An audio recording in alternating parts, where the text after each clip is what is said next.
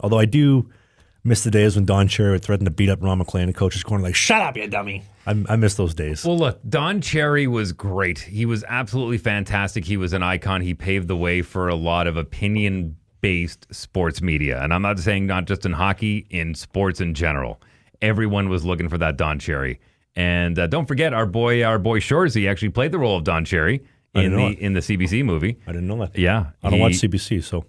it's a good one. You should check it out. It's the, I can't remember, but it's the Don Cherry story or something to that effect. Anywho, Don was great before the internet came out. And that's the best way I can sum it up, because once the internet came out, it gave everyone an opinion. Because before that, it was only Don's opinion. Mm-hmm. That was the only one that was allowed to be controversial. When you said back in the day, people stopped what they were doing, whatever it was, Saturday night, 7 p.m., and they watched Coach's Corner the first intermission. Didn't matter if your kid was playing hockey, you went to the lobby to watch.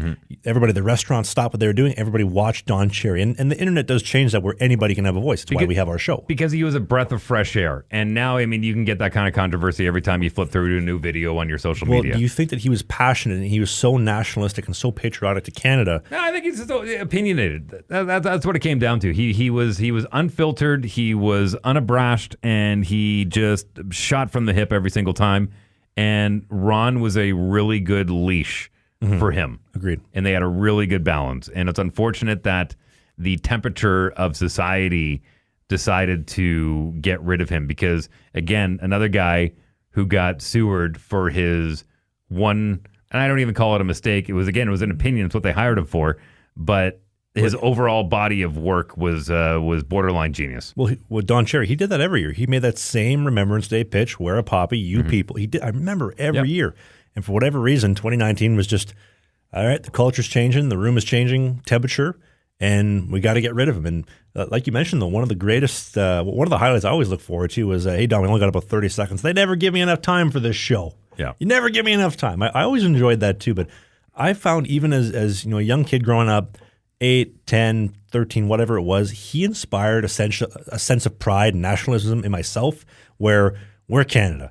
We're the best. Yeah, we don't like the Frenchies in Quebec, and yeah, we hate the Swedes because they're soft, and the Russians don't play the game the right way. He's a good Canadian boy, Western Canadian boy. It installed a sense of pride.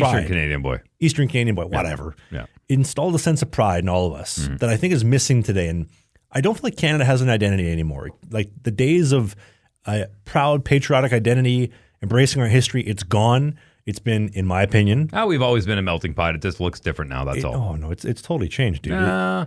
It's changing. It's always been changing. It's always been a constant gear that has been turning with different cogs every single time, and it is a beautiful tapestry that continues to figure itself out, and just when it does, it changes again.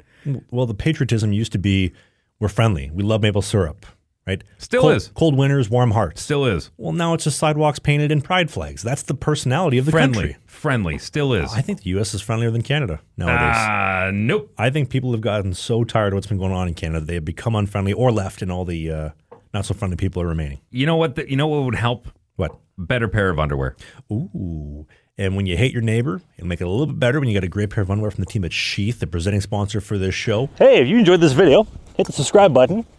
We do a new podcast every single Sunday during the season called Sling the Biscuit. It is a non-mainstream hockey podcast, so we talk about my hockey career, the minor pros, Spain, the Fed, you name it, all the stuff that you won't hear in the mainstream news. Music, pop culture, politics, a little bit. Thanks for watching this video, and we'll see you soon.